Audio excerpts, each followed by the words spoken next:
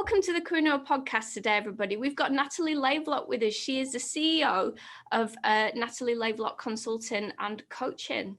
Natalie, how are you today? I'm great, Marie. Thank you so much for having me on your show. It's great to have you with us, especially because of the topic. So many people ask me about online courses and digital products and this sort of thing. How do you get into that industry? What's your journey been into it, and how have you found it? Yeah, so I'm happy to share with you my story. I'm a registered nurse by trade. I have a master's degree in nursing education. And for over 15 years in corporate healthcare, it was my job to design the programs, the courses, the trainings that the doctors and nurses were going to use at the bedside to save lives. And so I just took that same skill set. Maybe I should give you some of the juicier details of the background. So basically, I was at the top of my game in my nursing career, and we had administrative turnover in our hospital. And if you know anything about corporations, when you have turnover, you have restructuring.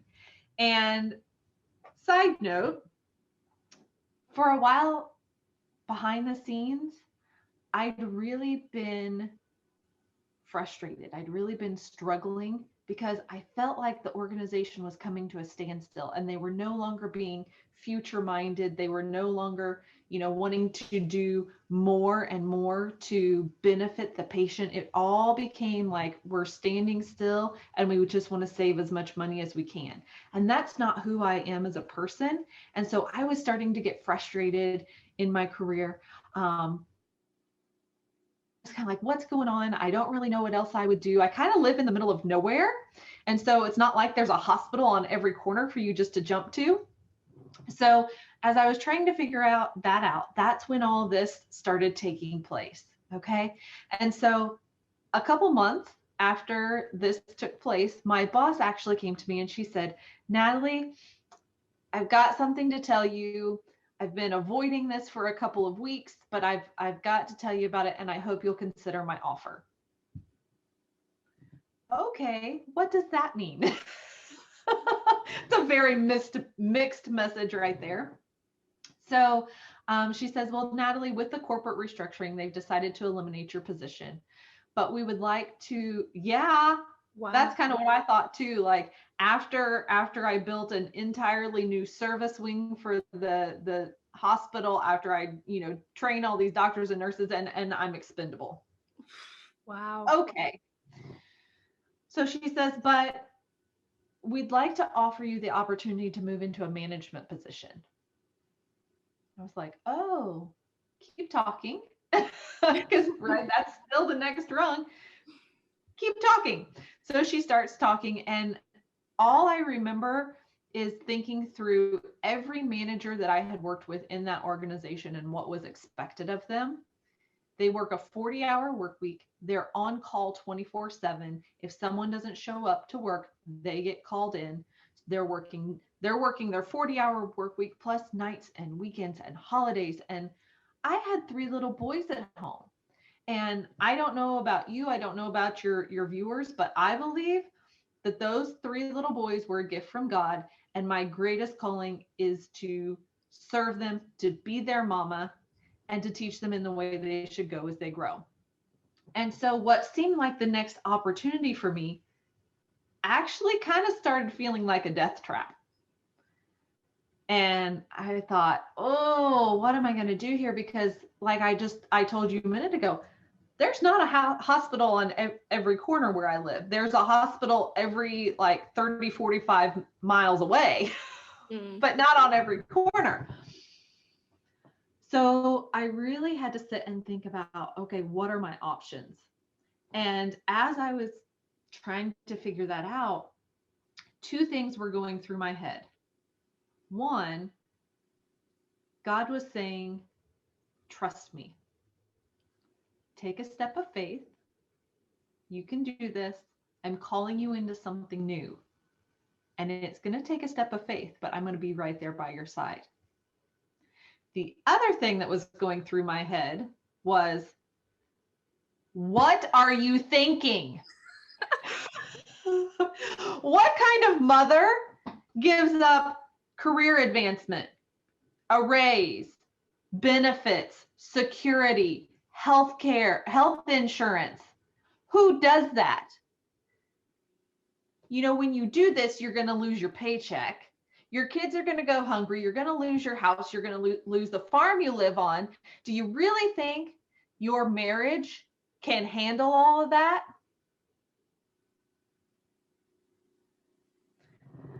So it wasn't an easy decision. It wasn't a decision I took lightly. It was 4 days of intense fasting and praying. But ultimately, I decided that even if I fall, even if I fail, the safest place for me to fall is into the arms of God. And so I went back to the hospital and I turned down their offer. And that led to the establishment of my business. That's where Natalie Lavelock Coaching and Consulting came from. And what I've been doing for the past 6 years is I took that skill set. I took all my training from my master's program. I took my skill set from teaching doctors and nurses and at the bedside. And I brought that to coaches and speakers. And I help them now design their high ticket coaching programs, their online courses, and their advanced training programs so that they can be a light for those that they're trying to serve.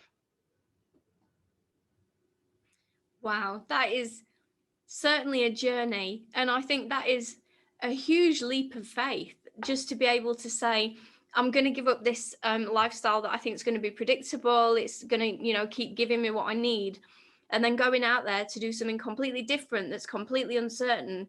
And then having because you can't even have the certainty. You've just got to have the faith that it's going to work. How did you kind of reconcile that with yourself? Did you get to a point after a few weeks and you thought, okay, it's going fine, I've made the right decision?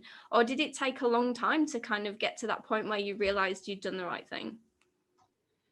It has been and continues to be an ongoing process. And without my faith, I wouldn't have a business. Let me just say that first and foremost, because faith was the impetus for taking the leap, right? But because of the lives I've been able to touch, because of the people I've been able to help, I'm reassured that I'm on the right track. And the other thing is, when you lose everything you've ever depended on, you find out where your real source of security comes from. When I walked away from the hospital, we had enough saved up for 3 months of living expenses. How many people grow a wildly successful business in 3 months? Not very many. Actually, I'm still waiting to hear the first. But anyways, it didn't happen for me either. Okay. But what happened was, as we were getting towards the end of that 3 months, I got a phone call. And the person on the other end of the line said, Natalie, I don't know whether this is good news or bad news, but we made a mistake on your taxes 2 years ago, and you're going to be getting a check in the mail for $5,000. Wow. That's an indication you're doing the right thing. That is not the first nor the only time that something like that has happened, which confirms to me that God is in this and he's like, I am your provider.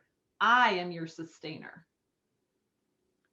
Wow, it's so amazing to hear sort of how people and how like you in particular have just kind of like gone away from, and it's not like you've kind of said, I'm going to spend a year working this out and I'm going to do it on the side and then I'm going to grow it and then I'm going to move into it. You've just gone, right, that's it. I'm leaving it up to the universe and I'm going and I'm going to see what happens. That's absolutely amazing. So how have you kind of found it since then? How have you grown your business with helping people out with their coaching courses and that kind of thing? Mm-hmm. My business up until last year was built primarily upon speaking. I love talking with people. I'm a huge nurturer. I love, just coming around you, spending time with you, loving on you in an appropriate way. But anyways, why do I feel like I need to say that, right? Because the world's sometimes a little cray cray. Anyways, I just love building relationships with people. And I think the best way to do that is to be in that physical space, to be able to talk with them, to be able to, share meals with them and, between sessions, talk with them. And so the majority of my business has been grown on speaking. And only until actually, you know what? If I'm being perfectly honest, that's still how my business is growing, because we've just gone from the live platform into a virtual platform. That's what we're doing right here. This is a speaking opportunity. This is a visibility opportunity. That's how my business continues to grow. So what kind of advice do you give people that are kind of, and I suppose this is kind of a multifaceted question. Somebody wants to be a speaker or they want to be a coach and they're looking to build their business and they might be doing it on the side as they're working towards leaving their job or have left their job. What are the first kind of things that people should be considering when they're wanting to do this? Mm-hmm. So I'm always going to advocate speaking is the best, cheapest, fastest way to grow your business, because you're already successful at it. If you're alive, you're successful at speaking. Okay? So let's just go with that. Now, might you feel a little intimidated getting on a stage in a room of 300 people to share your message? Yes, there's a growth process that happens with all of this, but being able to just talk with people and communicate your message is the easiest, cheapest, fastest way to grow your business. A lot of places you can do that locally. There's chambers of commerce, or there's women's groups or men's groups or whatever, and you can start there. Okay, so that would be the thing I would say. The next thing is understanding who you are, what you have to offer, and doing the research to figure out, is this a solution to a problem that's big enough that somebody's going to want to pay money for? Okay, so getting that part solid. The next part comes, okay, yes, people want this. Yes, they're willing to buy it. Yes, I have the skill set to deliver it. Okay, how am I going to deliver it? What's the platform? What's the package? All right. And I'm a firm believer that there is a program and a product for business owners at every stage of the game, whether you're beginning or well into six figures. But having the knowledge of which one to start with when can be the difference between having a successful business and a business that goes broke. That's something that I think many people struggle with, because there's so many platforms and so many ways to start. And some people are kind of told, right, go get a podcast, write a book, go on Facebook, go on Instagram, go on this, go on this. And by the time you've finished and you've kind of built, a Calendly and a MailChimp and a website and everything like that, you've either run out of money or time. Is there a way that you can kind of start in a minimalist fashion to grow it that's not going to overburden you when you need to be out there networking and speaking? Mm-hmm. It starts with people. Connect with people, let them know the service you can offer. You know what? Let's take you and I, for example. Okay. You have a podcast. Okay. And I'm speaking on your podcast, but I'm not currently doing my own podcast. Why? That takes time and energy and finances away from doing what I need to do to build my business. Okay. So having a podcast is not wrong. Writing a book is not wrong. But are those the best strategies for you to do in your business right now? Okay. So if you are just starting out, if you're still in the day job, if you're still, trying to testing your concept to see if it will even work, if people will actually pay for it, connect with real live human beings. Okay. I believe that the first thing that you should be offering really is a face-to-face. Now, face-to-face can also be virtual face-to-face, but face-to-face coaching program. Why? You have the flexibility to test your process as you're working with that person to figure out what your process is. And people are going to pay you more for a face-to-face style of coaching than they will pay you for your book or an audio training or an online course or whatever. So it brings revenue into your business faster. It helps you become better at what you do faster. And then you're moving your business forward that much faster.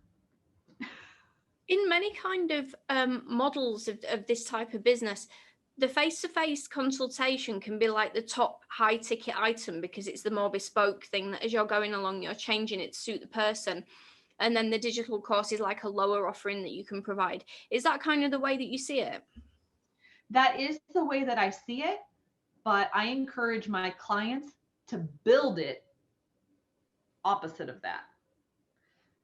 Okay, so we build it opposite of that because when you're new, you need cash flow. Cash flow comes from a higher priced offering. And the other trap I see a lot of people falling into is that when they create their online course, it's, I have a great idea. I love this. I'm passionate about it. And I'm going to teach somebody else how to do it, whatever. Except for nobody else really wants to learn. Nobody else really wants to know that. Maybe a handful of people. And you don't necessarily get results from the people who do want to do it.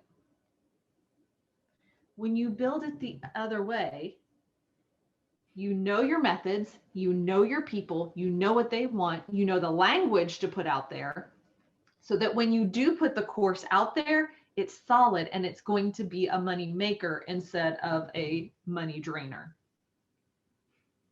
And what kind of tips have you got for people that are looking to do a digital course? Because some of the problems with this can include, I'm scared of talking to the camera. There's nobody there. How do I get a camera that's any good?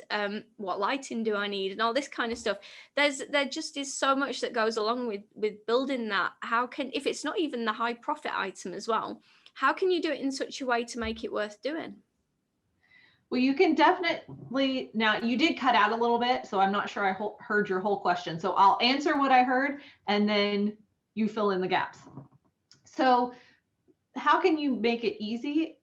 Just know the basics.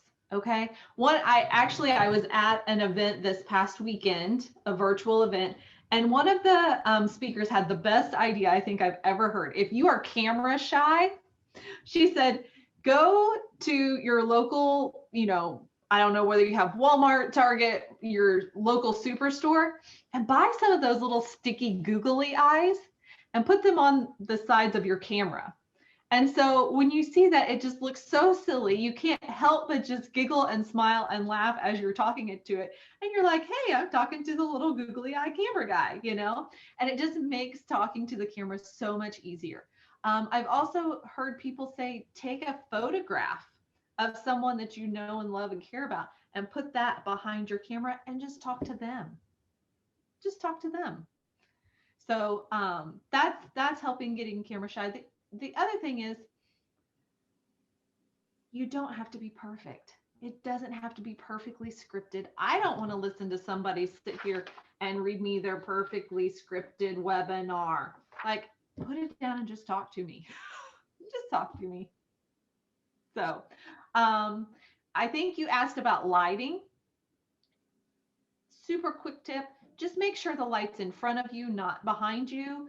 Pay attention to whether the light's coming in from either side so that you're not, half face dark, half face light.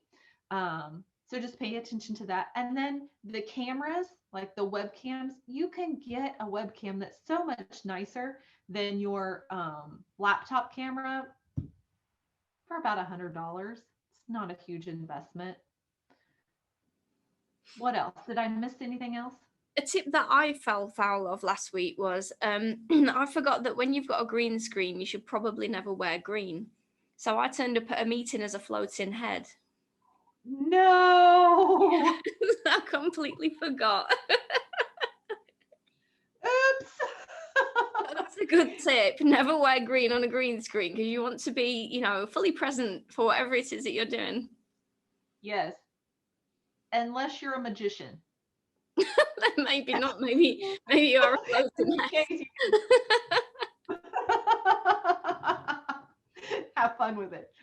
My last kind of question is, how do you scale? There's a lot of talk about scaling. Because there's so many people out there at the minute, all doing digital courses, all doing coaching, all doing podcasts. There's so much of it.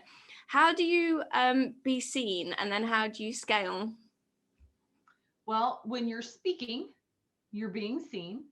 You just need to do as much of that as you possibly can. And then as you shift from being in the office to now being able to work more at home, you have more opportunities to continue to build your visibility. But again, I will always go back to speaking with people is the fastest, easiest, cheapest way to grow your business. Okay. Now, again, knowing the programs and products that are right for you at your stage of business will help you to be able to scale it at the right time. Scaling a one-to-one program, not possible. Like, you don't scale one-to-one. You can scale certain types of groups, and you can scale certain types of online courses. So the thing is knowing when it's right for you, because when you're scaling, it's also going to require monetary investment. It's going to require time investment, and you need to make sure that you have both the time, money, and energy to do that and to do it well. So it all goes back to building your business in the right way, making sure you have the right programs and products for the right stage of business, and building your business in a way that it's sustainable and doesn't burn you out in the process. Well, we're coming up to the end of the interview, Natalie. Do you want to tell people about the free product that you're offering and where they can find you on the internet so that they can get some of this really amazing coaching to start their own process off? Sure. So Maria, if I remember correctly, you said the links are going to be at the bottom of the screen for this interview. So you can go to those links and find me on Facebook. You can find my website. You can email me. It's all right there. As far as what I'm offering your guests today, I'm going to offer them my 5 CEO secrets. The 5 secrets, excuse me, that successful CEOs know that allows them to build a business and a life they love. So you're going to get that free gift, but here's the cool part. Not only is it that downloadable, it's going to take you to a portal where you're going to get that download. You're also going to get a training on your profit potential. So how to build your profit potential. And then you're also going to get a bundle of tips and tools and things that I've used in my business that will allow you to take the next step in growing your business as well. So it's action-packed. It's not just the one downloadable. It's a whole a whole portal full. See, guys, can't be camera shy. Just be yourself. Let it roll. You're going to make mistakes. Keep going. It's a full portal of tips, tools, workbooks, trainings that you can get your hands on so that you can build the business that you're being called to build and build it in a way that's sustainable so that you can build a life you love. Those are some absolutely amazing products. Thanks for sharing those with us, with our audience, Natalie. I'm doing it now. I'm running over my words. It's because it's Thank you so much for those products for our listeners. And yeah, we will link everything down below. So you'll be able to click straight through, find all the different tools, tips, bundles, and go through to Natalie's sites. Thank you so much for being a guest today, Natalie. It's been an absolute blast. Thank you. I appreciate it. And I look forward to talking to you again soon.